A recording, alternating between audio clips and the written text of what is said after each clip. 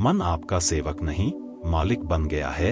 यह वाक्य सुनने में साधारण लगता है, लेकिन यदि आप इसे थोड़ी देर शांत होकर भीतर उतरने दें तो यह आपके पूरे जीवन की दिशा बदल सकता है।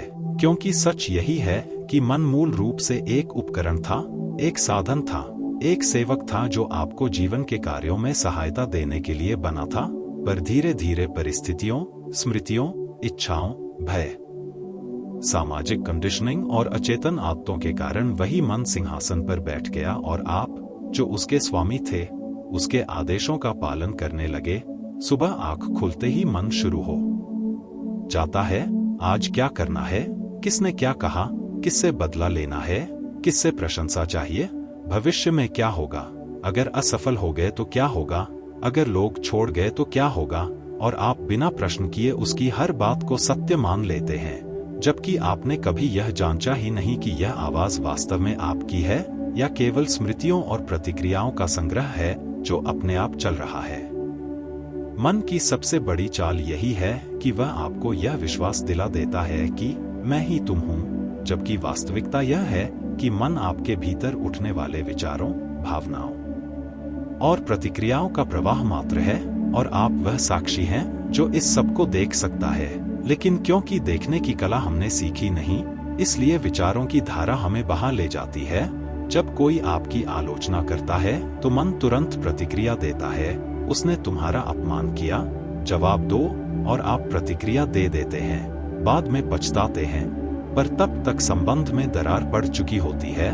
जब कोई आपकी प्रशंसा करता है तो मन कहता है, देखो तुम खास हो, तुम श्रेष्ठ हो, और आप उस प्रशंसा के नशे में बह जाते हैं। फिर अगली बार वही प्रशंसा न मिले तो दुखी हो जाते हैं। इस तरह मन आपको बाहरी परिस्थितियों का दास बना देता है, क्योंकि उसका स्वभाव ही है तुलना करना, विश्लेषण करना, स्मृतियों से जोड़ना और भविष्य की कल्पना करना, जबकि जीवन केवल वर्तमान क्षण में घटित होता है।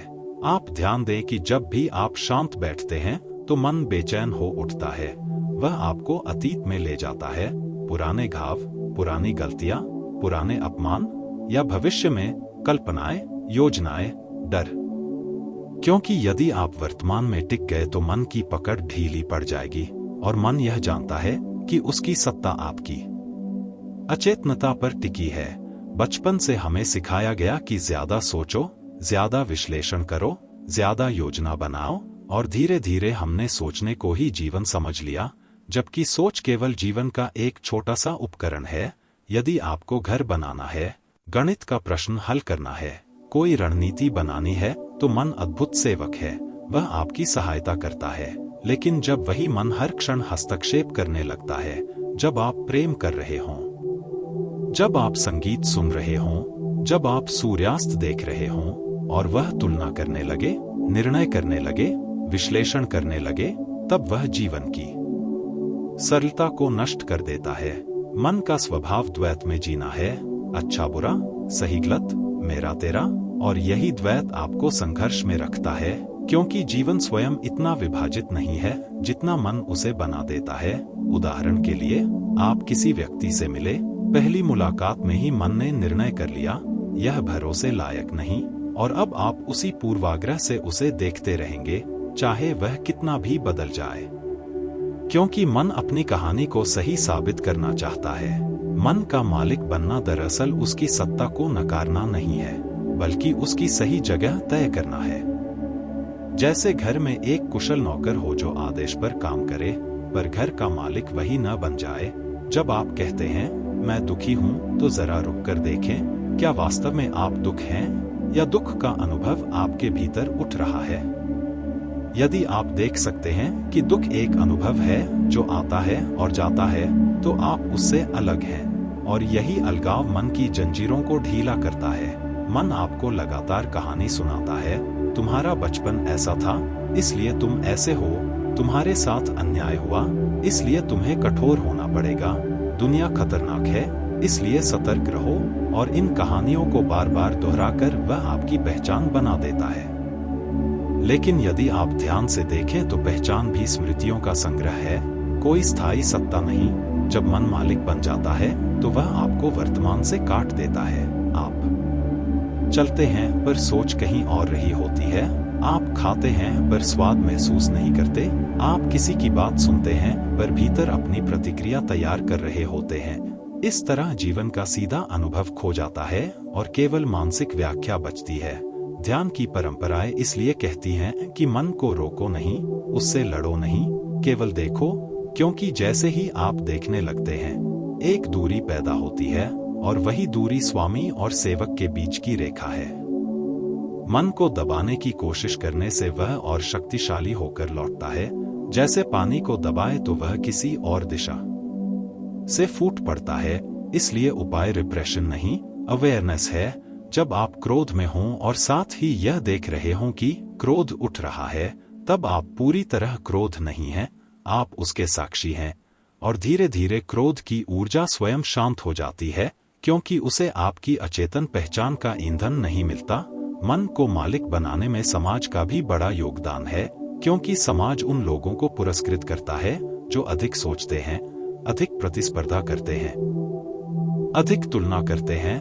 पर कोई यह नहीं सिखाता कि सोच से परे भी एक आयाम है, मौन का, शुद्ध उपस्थिति का। जब आप कुछ क्षण बिना किसी लक्ष्य के बैठते हैं, केवल श्वास को देखते हैं, तो मन बेचैन होकर कहेगा, यह समय की बर्बादी है, कुछ उत्पादक करो, क्योंकि उसे डर है कि यदि आप मौन में उतर गए तो उसकी पकड़ ढीली पड़ जाएगी। धीरे धीरे यदि आप अभ्यास करें तो पाएंगे कि विचारों के बीच छोटे छोटे अंतराल हैं, जैसे बादलों के बीच नीला आकाश झलकता है, और वही अंतराल आपकी वास्तविकता की झलक है। मन समय में जीता है, अतीत और भविष्य में, जबकि आपका वास्तविक अस्तित्व कालातीत है। केवल इस क्षण में जब मन मालिक होता है तो वह आपको हमेशा किसी लक्ष्य की ओर धकेलता है।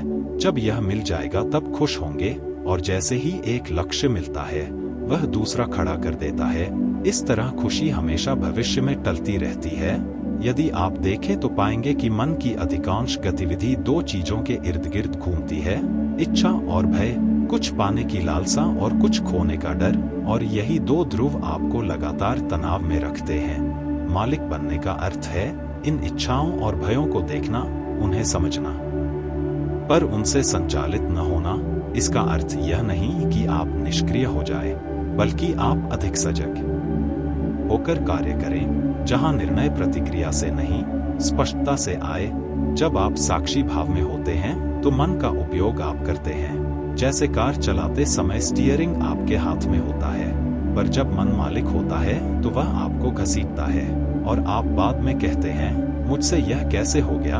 आत्मजागरूकता की यात्रा कठिन लग सकती है, क्योंकि मन अपनी सत्ता आसानी से नहीं छोड़ता। वह तर्क देगा, संदेह पैदा करेगा, आपको व्यस्त रखेगा। पर यदि आप धैर्य रखें और प्रतिदिन थोड़ी देर अपने भीतर देखने का अभ्यास करें तो धीरे धीरे एक नई स्थिरता जन्म लेगी। आप पाएंगे कि विचार आते हैं पर आपको बहा नहीं ले जाते, भावनाएं उठती हैं पर आप उनमें डूबते नहीं, परिस्थितियां बदलती हैं पर भीतर एक शांत केंद्र बना रहता है। यही वह बिंदु है जहां मन फिर से सेवक बन जाता है, एक अद्भुत